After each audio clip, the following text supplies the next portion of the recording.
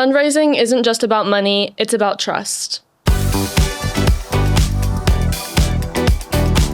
Hey everyone, it's Isabella DiFiore, Miss Statesville's teen, and the founder and CEO of Bella's Backpacks, and welcome back to another episode of Hope Grows Here. Today we will be talking about fundraising, but before I get into that, I do want to say I was supposed to have a guest here today, and unfortunately she was not able to come because her grandpa is on life support, so I hope that you guys will be praying for her and her family as they go through this difficult time. But now let's get on into the podcast. So again, today we'll be talking about fundraising.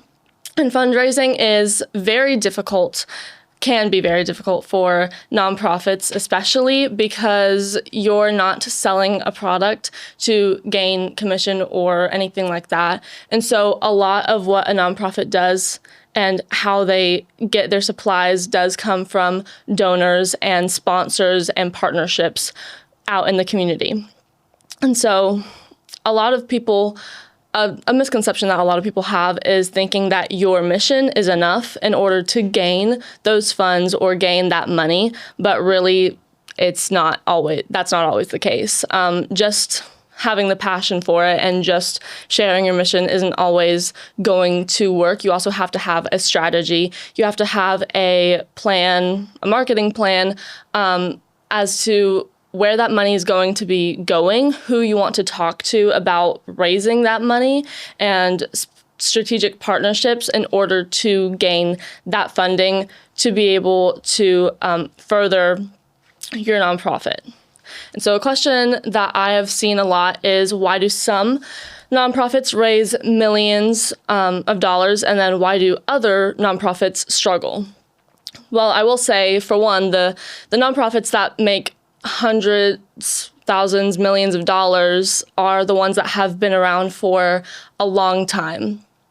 So they have those connections out in their community as well as in the whole entire nation too. And so because they have those relationships and those partnerships, they're able to raise that amount of money. They're able to get sponsors to be able to hold fundraising events at specific venues, get no matter what their fundraising event is. Like my fundraising event, Bella's Heart Ball, which is actually at the Statesville Unity Center from 6:30 to 9.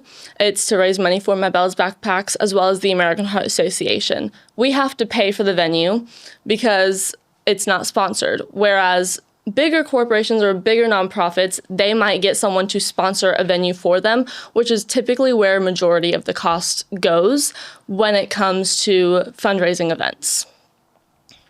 And so building those relationships are very important.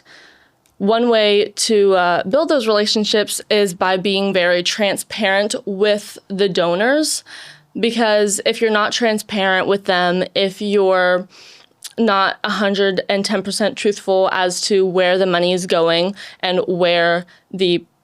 if you make a product, where the product is going, then they are less likely to trust you. They are less likely to want to donate to you because they don't know the full story.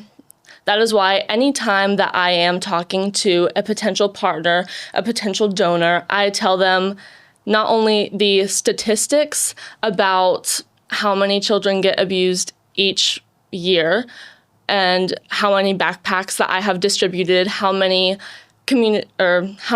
child advocacy centers I am partnered with. I don't just tell them that, but I also tell them the stories of the children who go through these situations, the stories that I've heard from people in the community, people that I'm friends with who have gone through these types of situations, the stories that I've heard from the volunteers and the workers at these different child advocacy centers, such as the Dove House, because hearing the statistic makes it true, but hearing the story makes it real for the people. And so that's what really hooks them on your mission.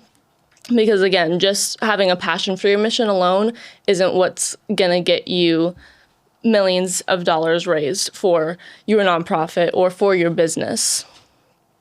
And so I just want to point on some things that make fundraising hard. One thing is donor fatigue. And what donor fatigue is, I actually have Google up right now because I had to research this too. Because, okay, donor fatigue is a state of weariness, apathy, or reduced willingness to donate.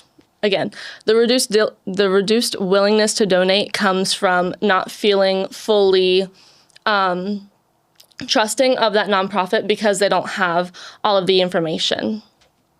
And so some key causes of donor fatigue is too many asks, over communication, and constant soliciting, especially during multiple simultaneous crises. So yes, communication is key to gain those partnerships and to gain that trust with your partners and potential donors.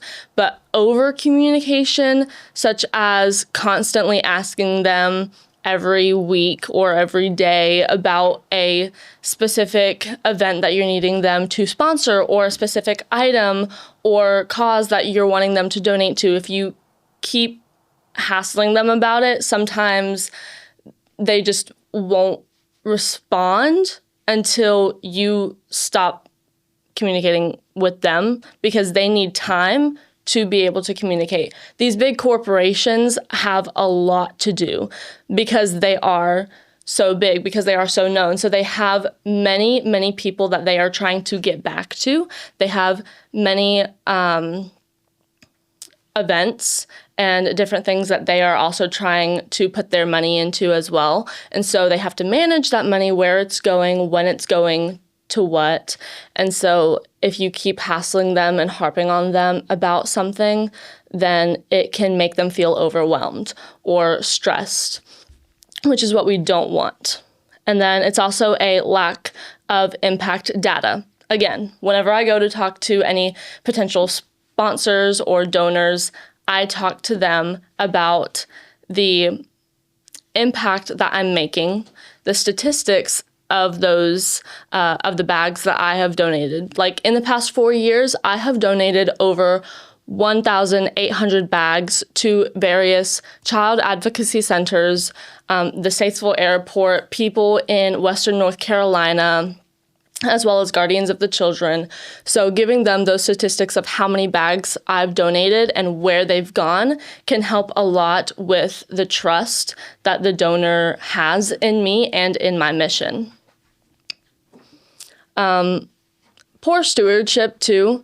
Not saying thank you to your donors, not publicly recognizing their efforts to support you and your mission can also cause them to not want to help again, because they're just like, well, I gave you, say you needed $10,000 for a fundraising event for your nonprofit, and you found a business that is willing to do that. And so they do give you the $10,000 to be able to pay for the venue, pay for the volunteer, or not the volunteers, but the workers, pay for whatever you need for that event, basically. And then afterwards, you don't thank them. During the event, you don't thank them. And then even not just publicly thanking them, but also personally thanking them as well when they give you the money during the event and after the event is so important. My mom has kind of taught me how to thank people in a personal way, which is through thank you notes or thank you cards, because an email can take a split second. Like it just takes about maybe 5 minutes to type in their email and type a little thank you out and send it their way.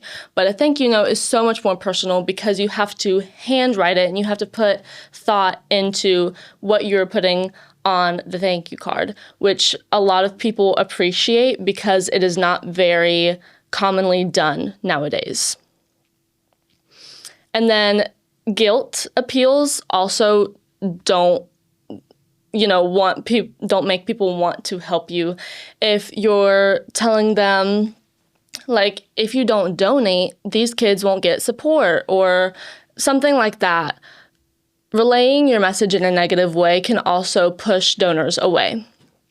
So you might be asking now, well, Isabella, how do you fix this? How do you prevent donor fatigue? And again, one way is by showing the impact that you have made and show your appreciation for the donor or for the sponsor by thank you cards, publicly showcasing on social media like, hey, this business was a really big help in creating this event that I just had last week or that I just had a few days ago. And then communication with your donors as well, talking with them afterwards. The money that you raised can also help because they want to be in the loop too, because they are sponsoring this event, because they are putting their time and money into it. They also want to be in the loop as to how many people attended, how much money you raised, the awareness that what you were raising awareness for. Because if they're out of the loop, they're just like, well, since we don't know what's going on, we don't want to help you again because you're not telling us what is going on with this event. And then be transparent. Again, transparency is the best way to build that trust with donors whenever it comes to failures and successes. Donors want to know what kind of failures you have had and how you've dealt with those failures.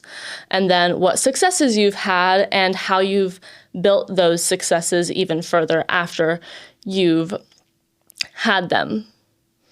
So if you've ever felt like if you have a business and you ever felt like your donors are having donor fatigue, then try some of these methods to prevent it, such as showing gratitude, showing the impact that your mission is making, and showing them your marketing strategy in order to build your mission and being transparent with them.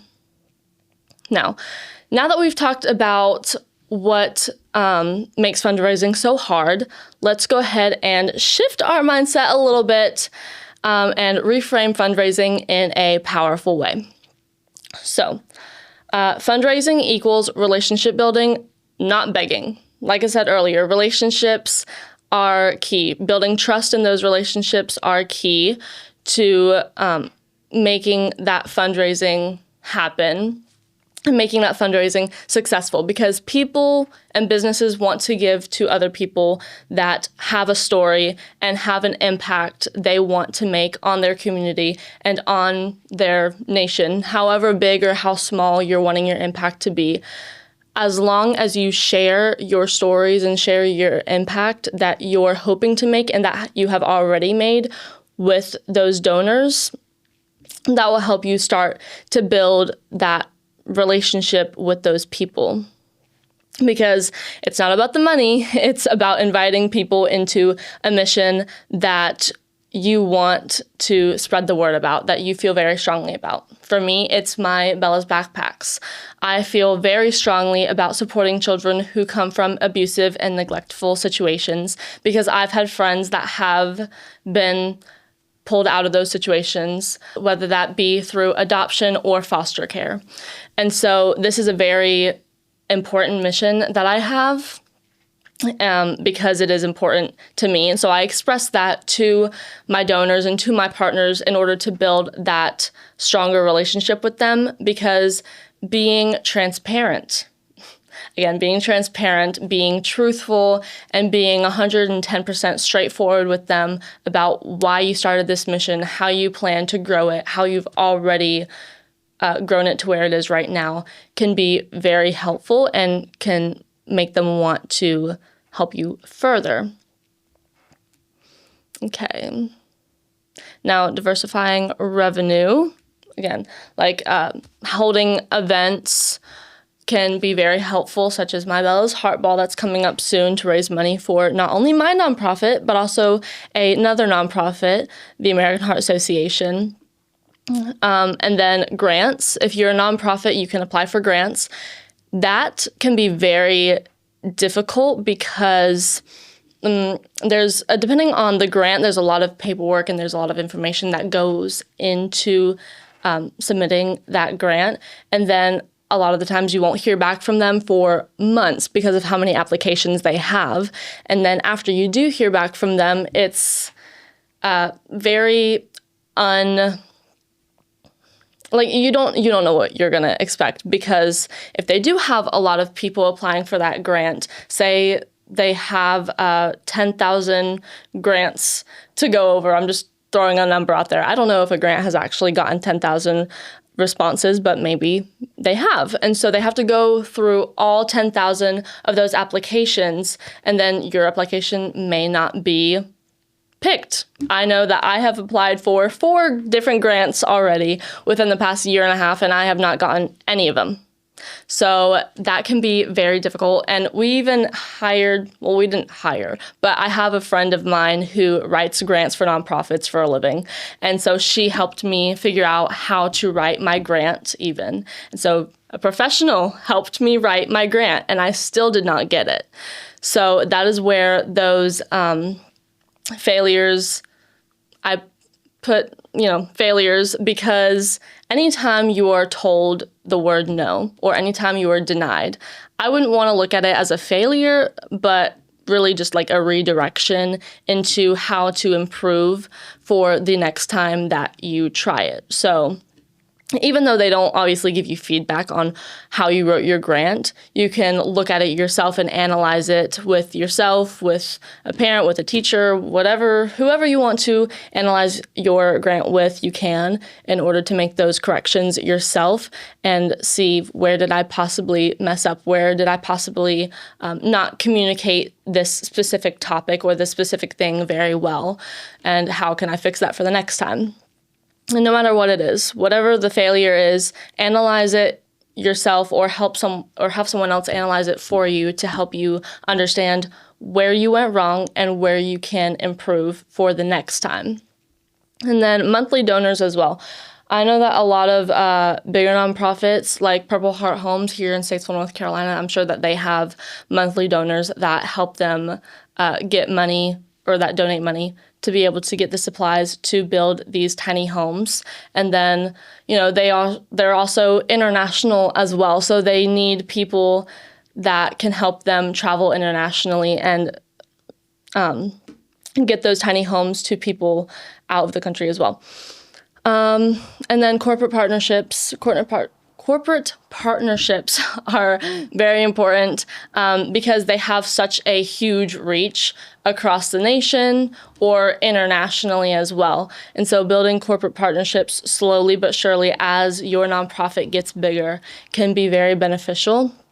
I know that Kendra Scott in Birkdale, they have actually put on 2 different fundraisers for me, for my Bella's Backpacks. They have been in store. So between this time and this time, people were able to come in, and whatever they bought, a percentage of what they bought went towards my Bella's Backpacks, which really helped. And that's a partnership that I gained through looking on their website and seeing if they do anything for nonprofits. And then I saw that they do put on fundraisers sometimes for nonprofits. And so from there, me and my mom, because I am a minor, she helped me contact the manager of the store in Birkdale. And we asked her, we were like, hey, can you possibly put on a fundraising event for my nonprofit? Here's the name of it. Here's what I do. And then again, giving those statistics of the impact that I've made has really helped as well. Okay. And then digital fundraising as well is really beneficial, such as social media. You can post on Instagram, Twitter, Facebook, TikTok, whatever your social media platform is. YouTube, which is what you're watching this on right now, can be very beneficial for digital fundraising. So with my Bella's Backpacks, even though it is an in-person fundraiser, I promote it digitally through Instagram and through Facebook and now through YouTube. And then email campaigns, those still work. So if you have a whole bunch of partners or donors, you can send an email thread to all of those partners that you have, talking about a fundraiser that you have coming up or a fundraising idea that you have, and then asking them if they will give you their support on that fundraising event that you have in mind. And then peer-to-peer fundraising as well. So in-person fundraising with either local businesses like Jeremiah's Italian Ice here in Statesville, North Carolina. I have already had a few fundraisers with him because that peer-to-peer, that communication that we had in person because I'm going to tell y'all right now, whenever they opened, I was there 3 times a week, every week. Okay, so they knew me pretty well. And so did the owner of Jeremiah's Ice Cream, Jose. He's very sweet. He's very supportive as well of my mission. And so because he got to know me from coming in regularly, and then I would always talk to him when I would come in, because I always try to be nice to everyone that I meet, no matter who they are. I talk to them, I communicate with them, I'm building those relationships, I'm networking and building those connections out in my community, because they might have connections or they might have people that I could talk to help further my reach. And then I could help further their reach through that communication, through that relationship that we have already developed. So talking to people in person can be very helpful as well, because it's much more personal and they can really get to connect with you in person, really like seeing your body language, how you act when you talk about this topic. It can really, really help them want to help you. And then, so here are just a few common mistakes to avoid when it does come to fundraising and partnerships. Only reaching out when you need money, I do not suggest. I have never done that because, again, I try and build those relationships with people so I can continue to have that connection, so I can continue talking to them. But if you only reach out to them when you need money, it's just like they feel used, you know? It's like whenever your best friend only talks to you because she wants your lip gloss. I don't know. Some random example like that. So if you only reach out to them when you need money or when you need funding, you're not building that relationship because you're not regularly communicating with them or updating them on your mission's impact on the community. And then not clearly explaining your impact can also make someone not want to help, because they're just like, again, I don't know the full story. I don't know the full impact that you're making. I don't know entirely where this money is going. I don't understand why you're doing this, how you've done it, and your struggles with it, your successes. So not being very clear to your donors, to your partnerships, to the people that you're building those relationships with, it's not very helpful on your end or on their end. So making sure that you're very clear about the impact that you're making and the point that you're wanting to get across. And then ignoring small donors, also do not suggest, because even if they're small, like small businesses, that just because they are quote unquote small doesn't mean they can't have an impact on your mission, doesn't mean that they can't help you with your mission. Because again, Jeremiah's Italian Ice here in Statesville, North Carolina, he is, even though Jeremiah's is a chain, that specific store is, small, I guess you would say, because it is new. But it's because of how active that Jose has been in the community and the impact that he's already made in such a short time of opening his ice cream shop.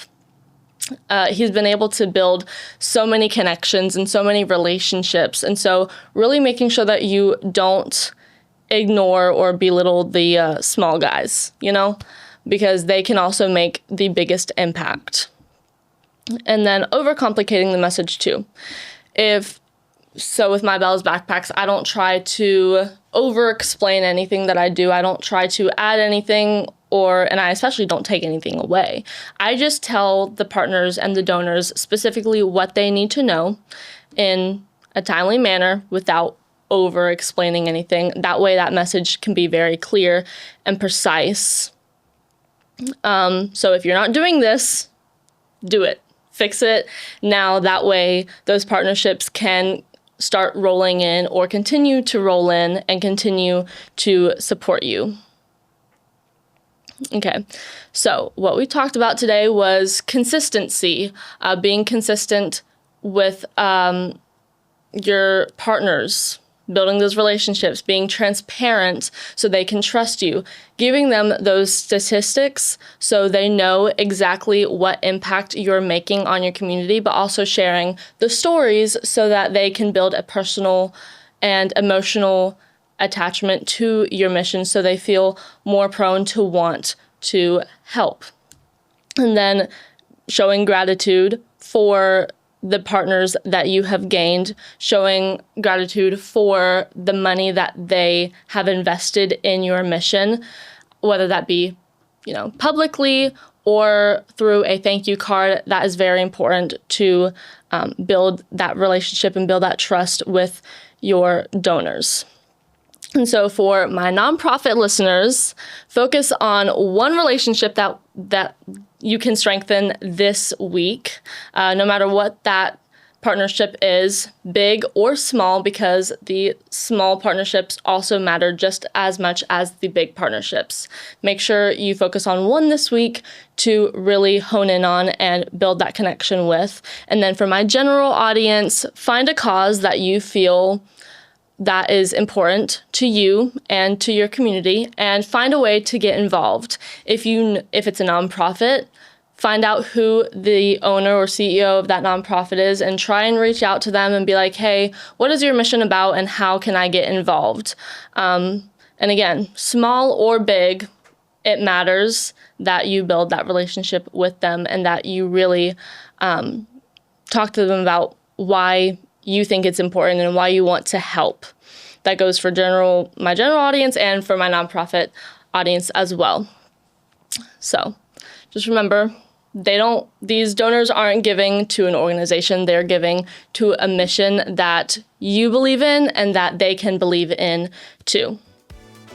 Thank you guys so much for listening, and I will see you guys in the next episode. Bye.